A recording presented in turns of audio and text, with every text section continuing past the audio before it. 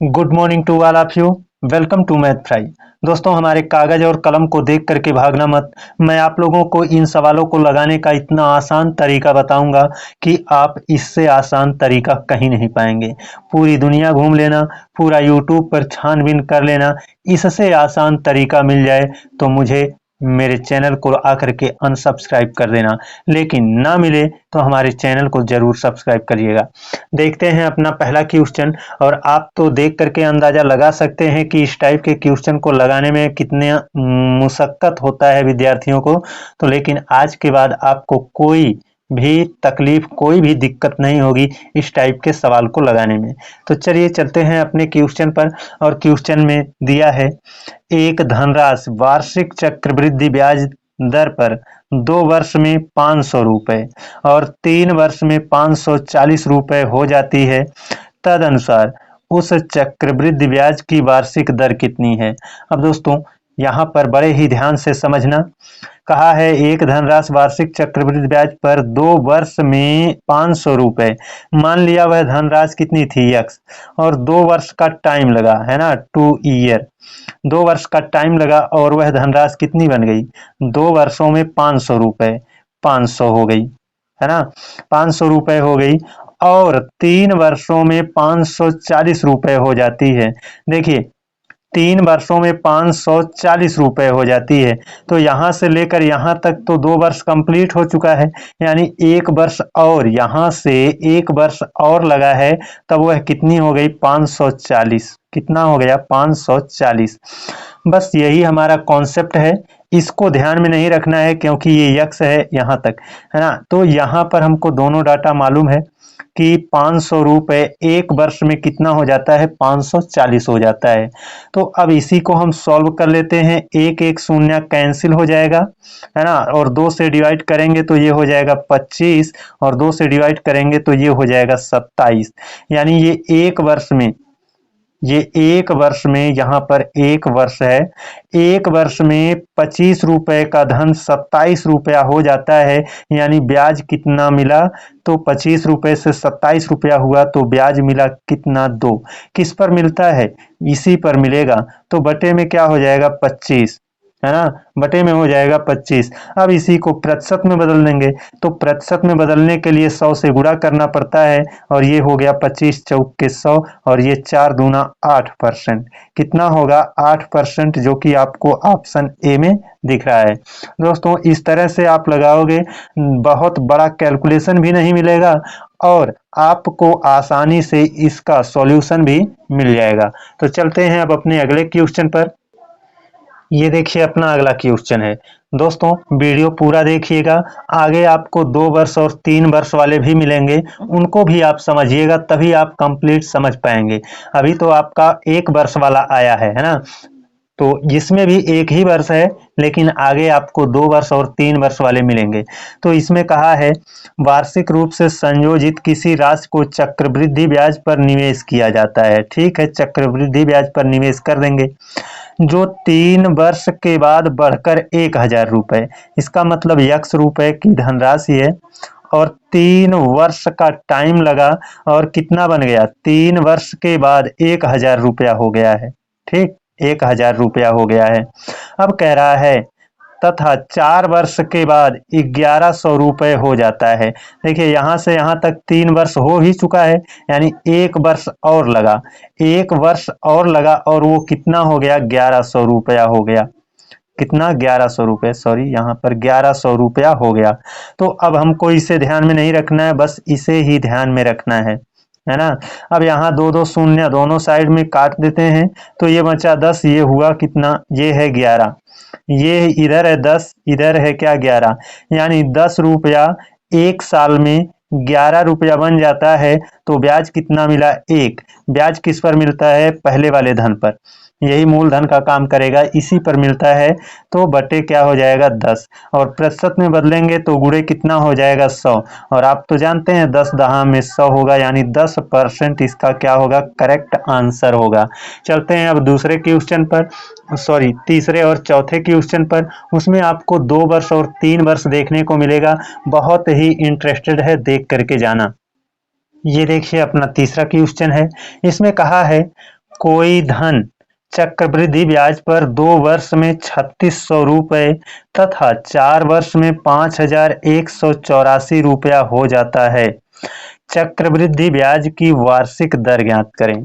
अब देखिए दोस्तों, यहाँ पर टोटल हमको क्या दिया है, कोई धन चक्रवृद्धि ब्याज पर 2 वर्ष में 3600 रुपये। मान लिया वह धन x था, 2 वर्ष का टाइम लगा, है ना, कितना वर्ष का, 2 वर्ष का टाइम लगा और बन गया कितना, 3600 रुपये। कितना बन गया, 3600 रुपये बन गया। फिर कहा है तथा 4 वर्ष में 5184। तो देखिए यहाँ 2 वर्ष कंप्लीट हो चुका है यहाँ से यहाँ तक, है ना। 4 वर्ष होने के लिए 2 वर्ष और बिताना पड़ेगा, है ना। 2 वर्ष का और टाइम लगा और कितना बन गया, 5184। 5184। अब हमको इसे नहीं ध्यान में रखना, बस इतने को ही ध्यान में रखना है, यहाँ से लेकर यहाँ तक, है ना। इतने को ही ध्यान में हमें रखना है। अब देखिएगा यहाँ पर 2 वर्ष है, इसका मतलब इसका वर्गमूल निकालना पड़ेगा।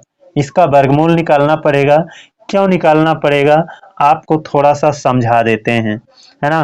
देखिए दोस्तों, आपका जहाँ पर चक्रवृद्धि ब्याज का है ना, तो आप तो जानते हैं चक्रवृद्धि मिश्रधन का फार्मूला होता है ए बराबर पी, ब्रैकेट में होगा 1 + r/100 की पावर कितना, टी रहता है। तो जो वर्ष होता है वो यहीं पर रहता है। तो यहाँ पर 2 वर्ष दिया है तो टी की जगह पर क्या रहेगा, 2 रहेगा, लेकिन पी इधर ट्रांसफर होगा तो हो जाता है ए बटे पी बराबर 1 + r/100, है ना, की पावर कितना, टी का मान अगर 2 दिया है तो यहाँ पर 2 रखेंगे और ये 2 हटाते हैं तो ये इस पक्ष से 2 हटेगा तो इधर वर्गमूल लगेगा। इसीलिए मैं कह रहा हूँ कि यहाँ 2 वर्ष है तो इनका वर्गमूल निकालना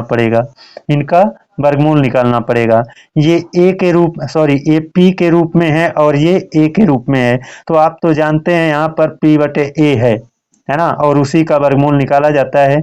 तो ये 2 वर्ष है, इस वजह से हम इसका वर्गमूल निकालेंगे। 3600 का वर्गमूल अगर निकालेंगे तो कितना हो जाएगा, वर्गमूल निकालेंगे तो 6 छक्के 36, है ना, कितना होगा, 6 छक्के 36। तो ये इस वाले जोड़े से 0 आएगा और इसका कितना होगा, 60 होगा। अगर इसका वर्गमूल अगर हम निकालेंगे तो कितना होगा, 72 होगा। कितना होगा, 72। आप लोग निकाल कर देख लीजिएगा। मैंने निकाल लिया। कैसे, यहाँ पर इकाई पर क्या हो सकता है, 2, है ना, या फिर 8, और यहाँ पर क्या होगा,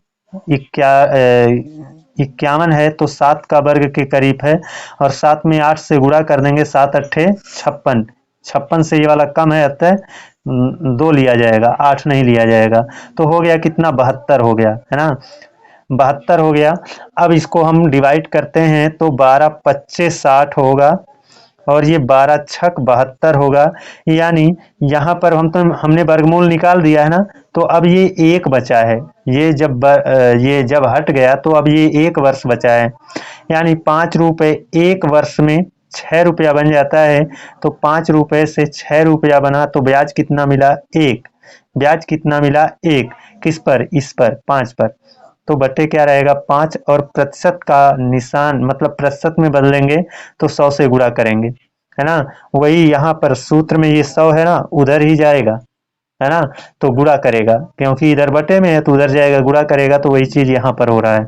और 5 से यहाँ पर डिवाइड करेंगे, 5 दूना 10, यानी 20% हमारा क्या हुआ, करेक्ट आंसर हुआ। आपको ऑप्शन सी में देखने को मिल रहा है।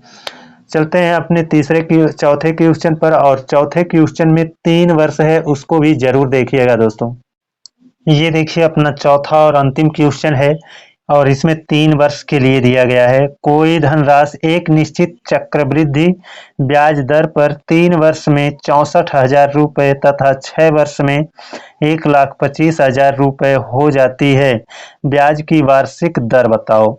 तो दोस्तों यहाँ पर ओवरऑल क्या है कि कोई धन है एक निश्चित चक्रवृद्धि ब्याज दर पर 3 वर्ष में 64,000। तो मान लिया वह धन यक्स है, 3 वर्ष का टाइम लगेगा और वह कितना हो जाएगा, 64,000 रुपये हो जाएगा, है ना। फिर कह रहा है 3 वर्ष में 64,000 रुपये तथा 6 वर्ष में 1,25,000। तो यहाँ से लेकर यहाँ तक 3 वर्ष कंप्लीट हुआ था, यानी 3 वर्ष और, तभी 3 6 वर्ष होगा, है ना। 64,000 से फिर कितना हो जाता है, 1,25,000 रुपये हो जाता है। बस इसको हमें ध्यान में नहीं रखना है, इसे ही ध्यान में हमको रखना है, इसे ही हमको ध्यान में रखना है।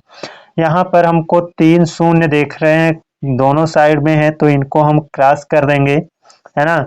अब यहाँ पर वर्ष 3 है, तो यहाँ पर इनका घनमूल निकालेंगे, है ना, क्योंकि यही जो घात 3 होगी उधर जाएगी तो घनमूल का निशान बनेगी, तो 64 का घनमूल निकालेंगे, तो 64 का घनमूल कितना होगा, 8, और 125 का घनमूल कितना होगा, तो कितना हो जाएगा, सॉरी यहाँ पर 8 नहीं, ये तो वर्गमूल होगा इसका, है ना, 4 होगा, 4 होगा, और 125 का घनमूल निकालेंगे तो 5 होगा।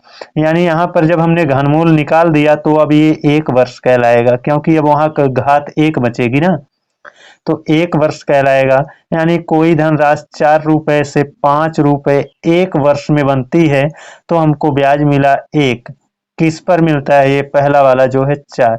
इसको प्रतिशत में बदलने के लिए गुणे 100 करेंगे और 4 से इसको डिवाइड करेंगे, तो 4 पचसहिया में 100 होगा, यानी 25% हमारा क्या होगा, करेक्ट आंसर होगा। तो दोस्तों, हमारा जो तरीका था लगाने का, समझाने का, कैसा रहा, आपको समझ में आया कि नहीं आया, आप कमेंट करके बताइएगा। दोस्तों, अगर हमारे चैनल को आप सब्सक्राइब करना चाहते हैं तो सब्सक्राइब कर लीजिए।